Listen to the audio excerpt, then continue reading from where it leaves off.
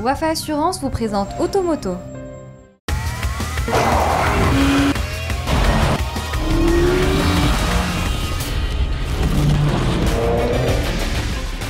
Bonjour à toutes et à tous, merci de rester fidèles à notre rendez-vous Automoto. Voici le sommaire de l'émission.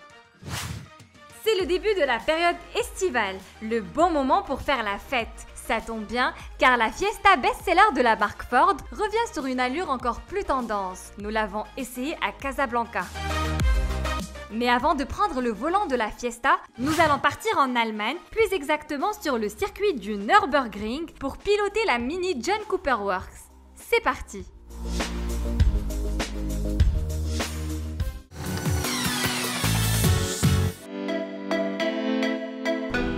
Racée, la légendaire petite anglaise recèle d'énormes capacités d'adaptation. Outre la flexibilité de ses formes pouvant prendre l'allure d'un roadster,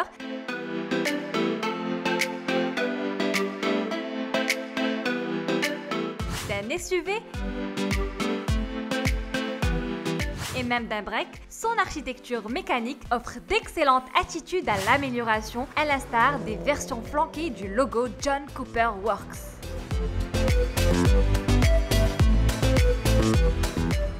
À bien des égards, la bambinette des temps modernes reste fidèle à l'esprit chic et choc de l'iconique petite anglaise. Ça tombe bien, car on était au rendez-vous avec elle sur le célèbre circuit allemand du Nürburgring. La Mini Hatch standard ne manque pas de caractère, mais la Mini John Cooper Works exhibe une ligne encore plus délurée à coups d'appendices aérodynamiques intégrés un peu partout sur la carrosserie. À l'avant, pas de changement notable, mis à part les anti-brouillards qui disparaissent pour laisser place à de larges prises d'air, ce qui n'est pas le cas de la partie arrière. Celle-ci accueille un énorme spoiler percé au bout du toit, une double sortie d'échappement au diamètre élargi, ainsi que des faux graphismes d'Union Jack. Il convient de noter que malgré le passage de la marque Mini depuis 1994 sous pavillon BMW, les signes de son rattachement aux racines britanniques y constituent toujours un motif de fierté. De même que le monogramme John Cooper Works, rappelant son patronyme, est à la fois plaqué sur l'avant et l'arrière de la carrosserie, mais aussi à l'intérieur sur le volant, les sièges et les seuils des portes. Ici, l'ambiance est très originale, avec des sièges baquets très enveloppants qui, compte tenu de leur assise très basse, procurent une position de conduite très sportive. Elle dénote également par le système d'affichage tête haute, facilitant la lecture des informations relatives à la vitesse, la navigation et la signalisation. Incontournable, le petit combiné d'instrumentation greffé sur la colonne de direction et le grand cadran placé au milieu de la planche sont toujours de la partie, mais ne l'empêchent pas de se démarquer de la version classique.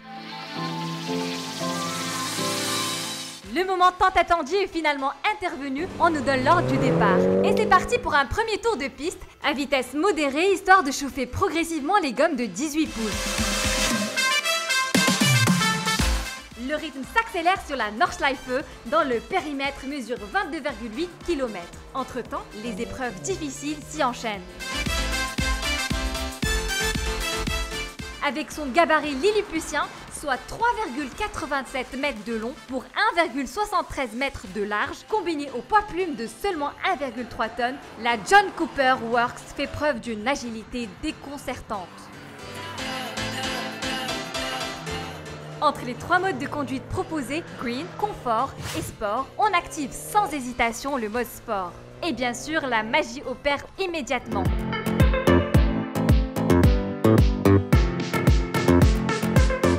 La compression moteur se décuple, les liaisons au sol se raidissent et les 6 rapports de la boîte auto se relancent en moins de temps.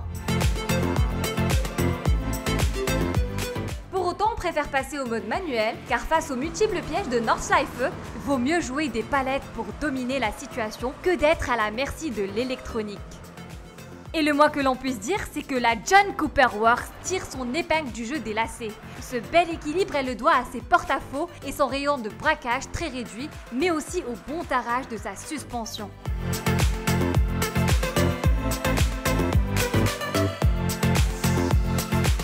Point d'orgue de épreuve consistait à attaquer la dernière ligne droite à toute vapeur. Flottant comme sur un banc à coussin d'air, la bombinette anglaise croise à 200 km/h, sachant que sa vitesse maximale est de 246 km/h.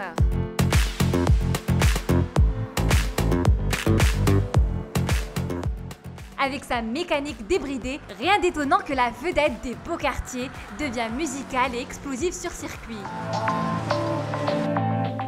Somme toute, un petit bijou réservé aux passionnés de la belle mécanique, moyennant une enveloppe de 418 000 dirhams pour la finition d'entrée de gamme.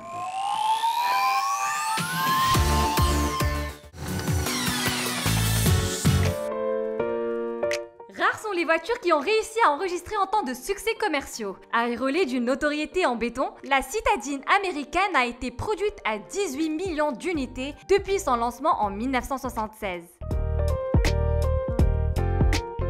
Inédite, cette 7e génération se veut encore plus séduisante, performante et écologiquement responsable.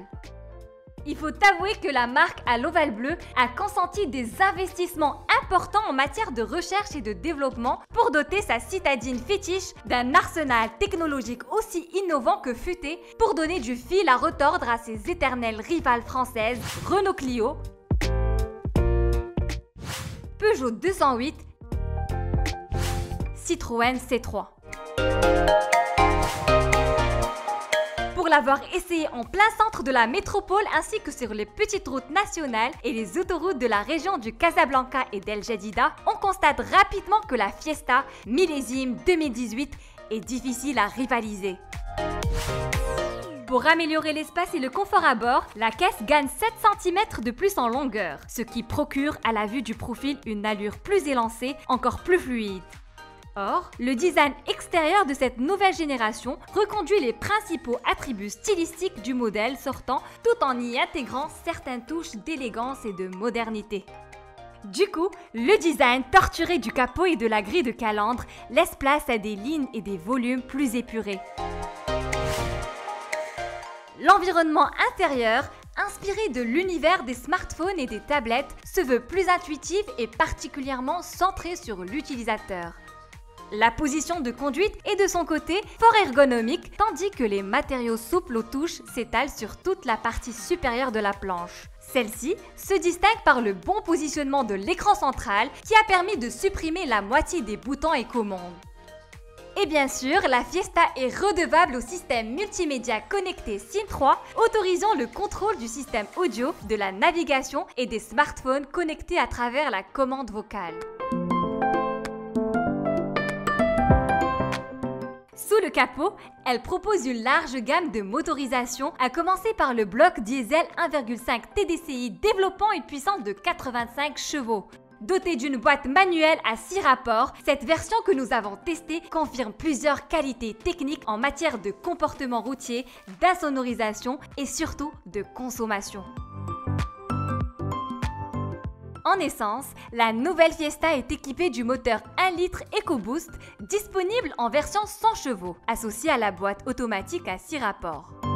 Haute sophistication, la Fiesta New Generation bénéficie d'une garde au sol rehaussée de 10 mm, ce qui permet au conducteur de mieux dominer la route sans pour autant affecter l'efficacité sur la route. L'adoption des butées de suspension hydraulique n'est pas étrangère à cette stabilité impeccable. Disponible à partir de 145 000 dirhams pour la version essence et 165 000 dirhams pour le diesel 1,5 TDCi, la belle Fiesta se considère comme l'une des citadines qui offre le meilleur rapport qualité-prestation-prix sur le marché national. C'est la fin d'Automoto, rendez-vous même heure, même chaîne la semaine prochaine.